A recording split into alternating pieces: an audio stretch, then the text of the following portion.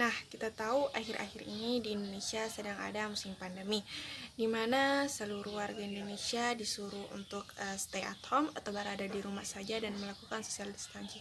Nah, kenapa sih kita harus berada di rumah dan seluruh tempat-tempat umum dan acara-acara besar itu ditutup, bahkan ujian nasional di-cancel dan sekolah diliburkan. Nah, di sini saya akan menjelaskan tentang hubungan COVID-19 ini dengan matematika. Nah, pasti kita bertanya bahwa kenapa kita harus diliburkan, kenapa kita harus melakukan stay at home, tinggal di rumah, belajar online. Kenapa kita harus melakukan itu? Kenapa bukan saja orang yang sakit disimpan saja di rumah sakit dan kita yang baik-baik saja tetap berkeliaran? Nah, hubungan ini berhubungan dengan matematika. Nah, lebih tepatnya dengan grafik berikut ini. Nah, ini contohnya, guys, pada gambar grafik ini sumbu X dan ini sumbu Y. Sumbu X adalah waktu, sumbu Y adalah jumlahnya. Nah, kita memiliki kurva pertama dan kurva kedua. Di sini kurva dan kurva kedua.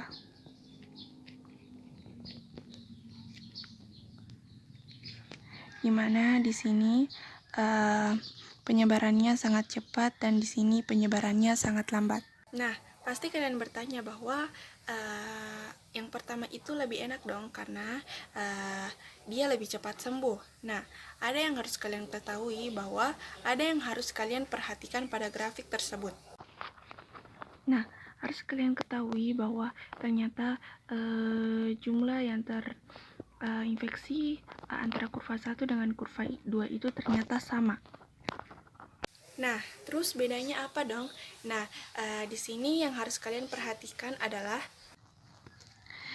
itu adalah garis kapasitas fasilitas kesehatan, berapa jumlah rumah sakit, tempat tidur, dokter, perawat, dan alat kesehatan lainnya.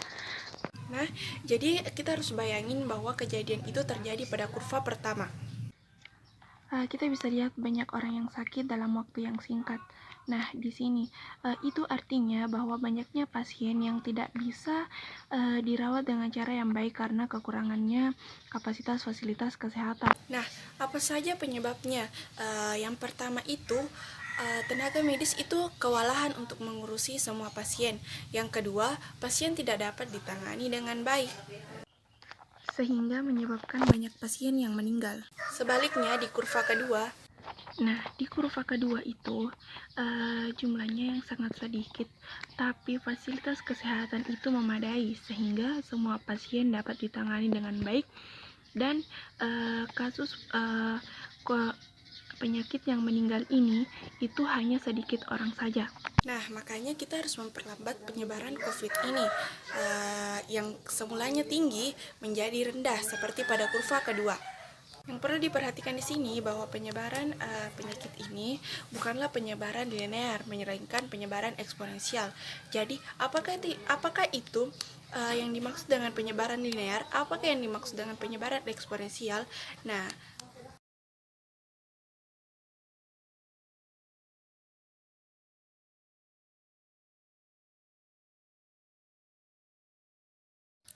Nah, di sini kita bisa mengambil 3 variabel, yaitu variabel NH, di mana NH adalah jumlah kasus per hari, yaitu N1 jumlah hari ke-1, N2 jumlah hari kedua, ataupun seterusnya. Variabel kedua yaitu R, jumlah rata-rata orang yang bertemu pasien COVID-19 ini, di mana pada setiap orang yang bertemu akan tertular dengan virus COVID ini. Variabel ketiga P, peluang tertular orang yang bertemu pasien COVID-19 ini. Rumus yang diperoleh yaitu delta NH, di mana delta NH ini adalah perubahan, delta ini adalah lambang perubahan ataupun pertambahan, sama dengan NH, H itu adalah hari dikali R dikali P. Nah, untuk hari pertama, NH plus 1 sama dengan NH ditambah NH dikali R dikali P, di mana NH plus 1 ini adalah jumlah total orang positif di hari berikutnya, dan NH adalah orang positif di hari sebelumnya, dan pertambahan kasus per hari. Nah, itu adalah hari pertama, dan hari kedua jika ini dikuadratkan menjadi 1, jadi NH plus 2 sama dengan 1 ditambah R dikali P pangkat 2 NH, dan pada hari ke X atau 0, NH ditambah X sama dengan 1 ditambah R dikali P pangkat X NH. Ingat bahwa R adalah jumlah rata-rata orang yang bertemu pasien COVID-19 dan P adalah peluang tertular orang yang bertemu pasien COVID-19. Nah, bagaimana cara mengurangi R dan P itu? Cara mengurangi R adalah 1 dengan melakukan social distancing, yang kedua stay at home, dan cara untuk mengurangi nilai P: 1 gunakan masker, 2 cuci tangan, 3 hidup sehat, dan 4 dan lain-lain. Nah, kita langsung saja masuk ke contohnya, di mana apabila kondisinya tidak melakukan social distancing. Diketahui orang yang bertemu pasien positif dalam satu hari adalah 50 orang, artinya R sama dengan 50 orang. Peluang orang itu tertular adalah 1%, berarti P sama dengan 1%. Nah, untuk mendapatkan RP-nya, maka R dikali P, jadi 50 dikali 0,01 sama dengan 0,5. Dan rumusnya yaitu NH plus X sama dengan 1 ditambah R kali P pangkat X NH. NH plus X sama dengan 1 ditambah 0,5 pangkat X NH. Apabila diketahui pasien yang sudah ada adalah 100 orang, jadi NH sama dengan 100. NH ditambah X sama dengan 1,5 X 100.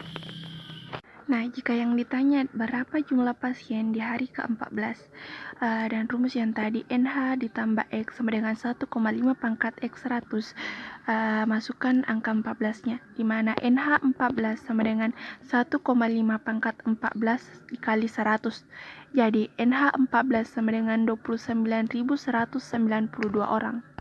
Nah, apabila kita melakukan social distancing, maka grafik ini akan menurun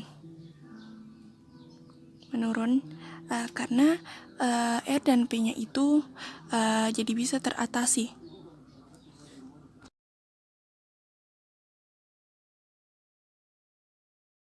Nah, di sini saya akan menyimpulkan skenario yang dilakukan oleh kakak-kakak.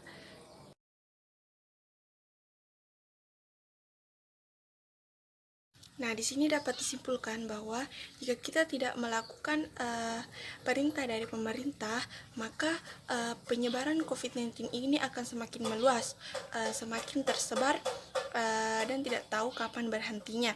Jadi, sekarang jika ingin penyebaran COVID ini selesai dengan cepat, maka semoga teman-teman dan keluarga sekalian dapat tetap berada di rumah agar COVID-19 ini cepat berlalu,